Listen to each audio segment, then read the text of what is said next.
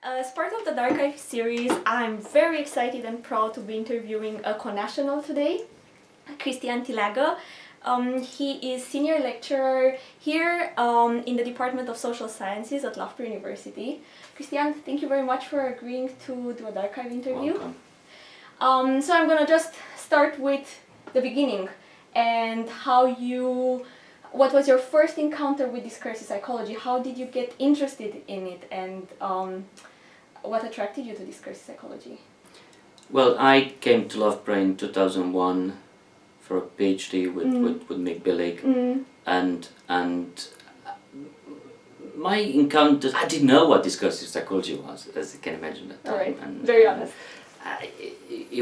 I came across Discursive social psychology, Potter and Wedderall's book, just before arriving in the UK, and I remember receiving a library copy from one of my lecturers at the time, and it was a fascinating read. For some reason, he thought I might be interested in reading something like that, and I wasn't really at the time. It was just a book you're given, and I was skim-read and perhaps put to the side, but and I do remember vividly, though. I do recall reading Mick Billig's Arguing Thinking at the time, and I'm being impressed by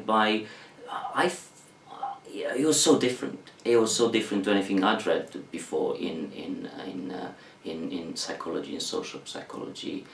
I had trained classically, so to speak, experimental survey research, and there was nothing to do with language, nothing to do with how we use language, and suddenly you come across a book like that, Arguing Thinking, and that completely confused me. It was so confusing. It was different, but I wanted to find out more, and I remember emailing Billig at the time and trying to see whether I could work with him, or I could come to Loughborough to study, and I eventually applied for one of the studentships at Loughborough at the time. Very different to what we do today.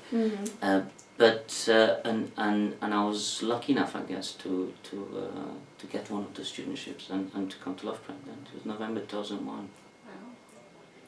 So, what was your research about? What did you do for your PhD? For my PhD, I looked at how middle-class Romanians talked about ethnic minorities, in particular the Roma minority, and it was a study on what I described at the time, stereotypes and prejudice and discrimination against national minorities. It was also a study about nationalism, and since moved away from study of nationalism, especially well, as it pertained to minorities, but it was very much a focus at the time. Yes, that's what I recall doing. Yeah.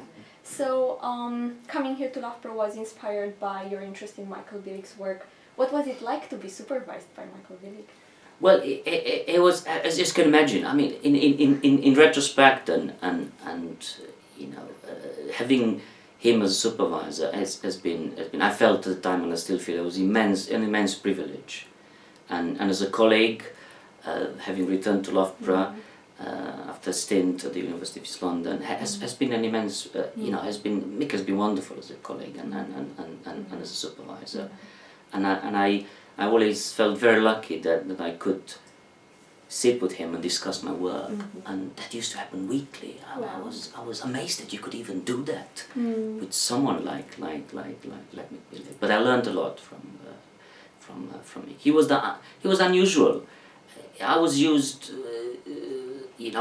to the East European professors who were a bit stiff and a bit formal, and followed by, wannabe disciples. And Mick wasn't like that. He cycled to work. I think he still does. And he didn't wear a suit. It was completely different. And I did like that. I think it was refreshing. It was a completely new perspective for me. And of course intellectually, I have very fond memories of our supervision sessions. So I must imagine it must have been a joy to be supervised by Michael Billig. Can you remember other things about what it was like to be a PhD student here, well, almost 15 years ago? Well, it is almost 15 years ago. Yes, the department was actually very different. And I'm not going to go into that. But it was... DARG was very much the center, as it is now, of our research and intellectual interest. Was pretty much the driver of what we did, the way we engaged with our work at the time as PhD students, and it was a community, and still is, I think, Loughborough, especially around DARG, within social sciences, and I felt that this is the place. This is where I wanted to do my work, and I remember dark sessions with Malcolm Ashmore, Derek Edwards and Jonathan Potter, and some of us PhD students just just following those debates in awe, and learning from some of the proponents of what is now discursive psychology. Yes. Yeah. So after your PhD, you continued to work in a framework of discursive psychology, and you made some very valuable contributions to several topics like racism, memory and remembering, and a lot in the framework of political psychology. Can you talk a little bit about your work? Yes, I worked, like I said, pretty much in the framework of discursive psychology. What I like about discursive psychology, and I wrote about it in an edited collection with Elizabeth Stoke on discursive psychology, is its diversity. And whether you're looking at CA-aligned studies of social interaction to the kind of work I've been doing in a more kind of post-structuralist tradition, looking at history and the kind of social cultural, the broader social cultural context. I think it's what we have in discursive psychology. It's diversity of not the perspectives, but of intellectual outlook. And as far as my work is concerned, I continued with my work on prejudice, race and discrimination against minorities, with a more specific focus on the Roma, and I've recently finished a monograph on moral exclusion and dehumanization. That was the main focus in my work, to reinterpret, to respecify notions like dehumanization and social moral exclusion that have a place in the social psychological canon, by considering how people talk in this case in extreme ways about these minorities. Yeah. Yeah. My work on memory and remembering is mostly focused on Eastern Europe. There are two strands to that work. One focuses on coming to terms with the communist past in official documents of the Romanian state, the Disciplinary Report. Also looking at confessions of collaboration with the secret police. Again, from my interest in how text and talk, how you can mobilize things like commemoration and confessions in using those vehicles. The third strand in my work is a broad strand to do with political psychology, a critical perspective to political psychological understandings of social behavior, and here I guess my contribution is looking at political behavior, what is conventionally referred to political behavior as social practice. Start with practices, start with people talking and organizations, anything that's alive, anything that's a practice, they can point you then into how those practices are being mobilized and what is being accomplished through them. Again, my work in political psychology dovetails with the commemoration and the collective remembering project and the prejudice strand. It's perhaps a bit more theoretical. I wrote Political Psychology Critical Perspectives for Cambridge University Press, in which I outline the project of a critical political psychology, and that's very much what I was trying to achieve. the project has started, it's you know, and I can see that the book was well received, and there's a critical mass of critical psychologists within especially within the kind of European and North American political psychology kind of work. Yeah. All right. So you've worked on a lot of projects. Do you have any project or projects that you've particularly enjoyed working on and doing, and you're particularly happy with how they turned out? Well, I've enjoyed working on my PhD, on those interviews that I collected over several years with middle-class Romanians, and also maybe because it was closer to home, and I was trying to understand what is going on, and how is it that those kind of discourses existed and perpetuated themselves, and it wasn't a fun topic, you know, the darker side of human nature, so perhaps enjoyment is not the right word, but it was, and of course working made it enjoyable, because I learned so much, and it was an intellectual challenge at the same time, and having, you know, now the book with you know, seeing what came out of that project and the follow-up, I think that is some that, you know, gives me, you know, there's a sense of accomplishment there, and I think that's what I would say. Yeah. So now going back to discursive psychology, you were trained as a psychologist originally. What do you think, from that perspective, discursive psychology's main contribution is to the broader psychological discipline? I think discursive psychology over the last 30 years now has made perhaps one of the most important contributions to psychology. And here I turn to Derek Edwards, who believed that discursive psychology is about doing something that psychology hasn't done in any systematic, empirical and principled way.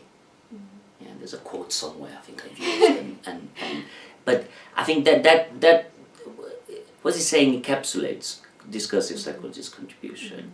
It's not that psychology doesn't look at, you know, emotion or whatever, but it doesn't do it in a way that's systematic, meaning it doesn't look at it through practices, those practices where those very issues are being mobilized, and emotion, attitudes, etc. And I think that's the key contribution of discursive psychology.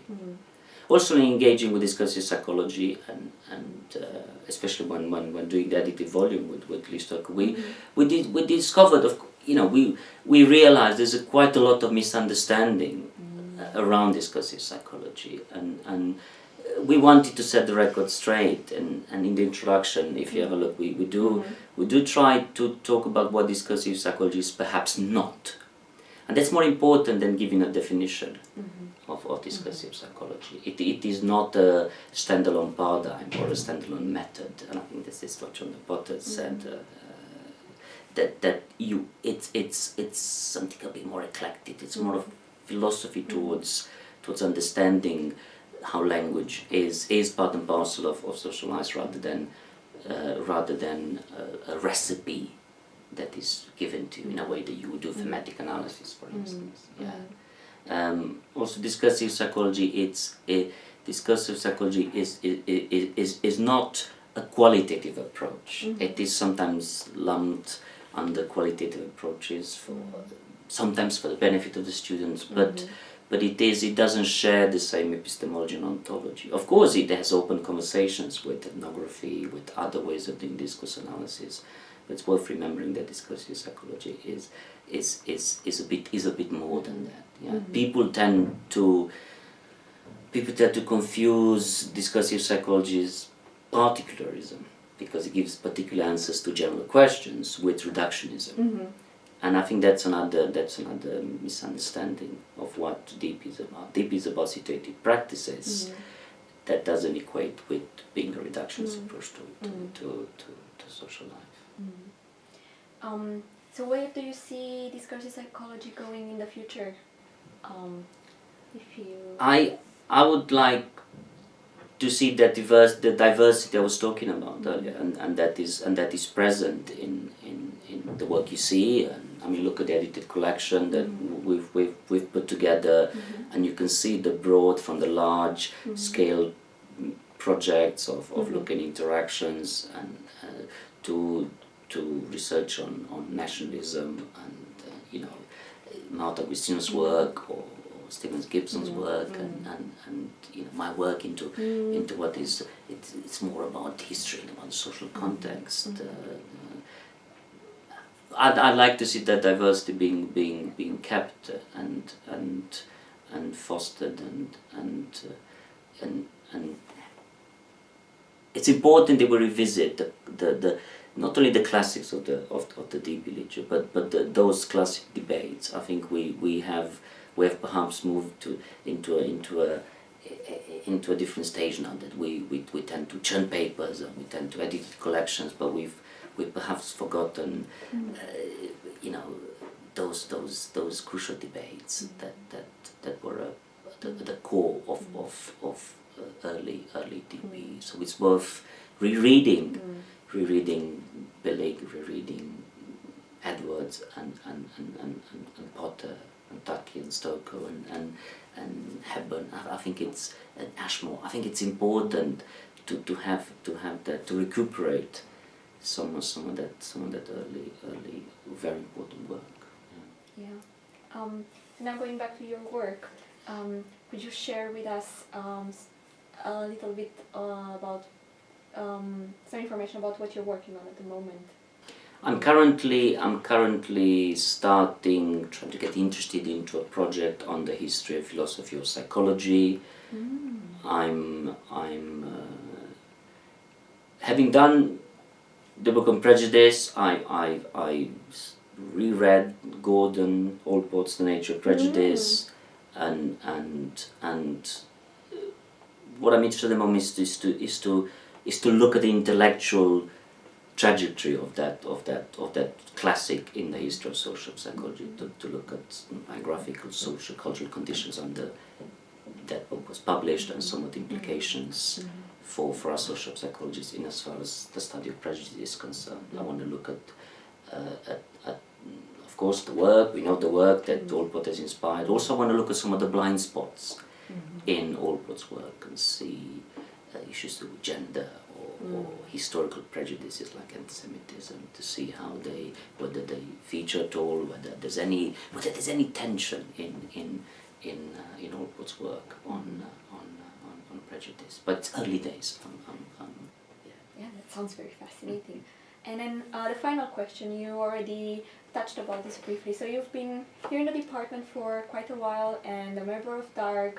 So if you look back, what are your thoughts on how DARG evolved over the years and your sort of personal insight into that?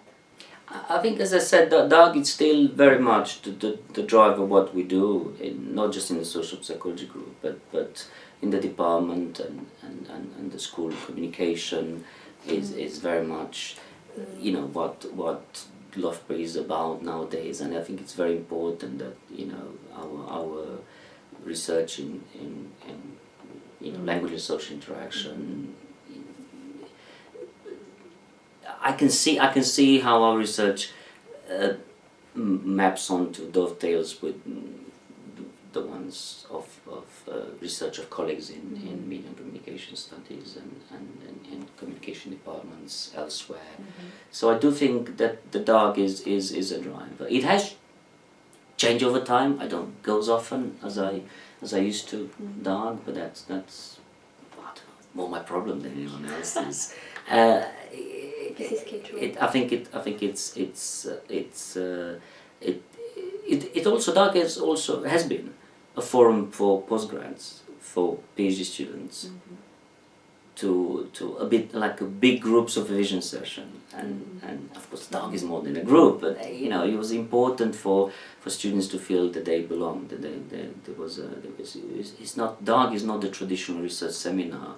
We have speakers week after week presenting the latest findings in their fields, but it's very important that we have kept that ethos of looking at actual data and interaction. and regardless of the methods that we're using, I mean, we use more conversation analysis now than in the past, but that is you know, the nature of the beast. Yeah. All right. Thank you very much for a wonderful interview. You're very welcome. Thank you.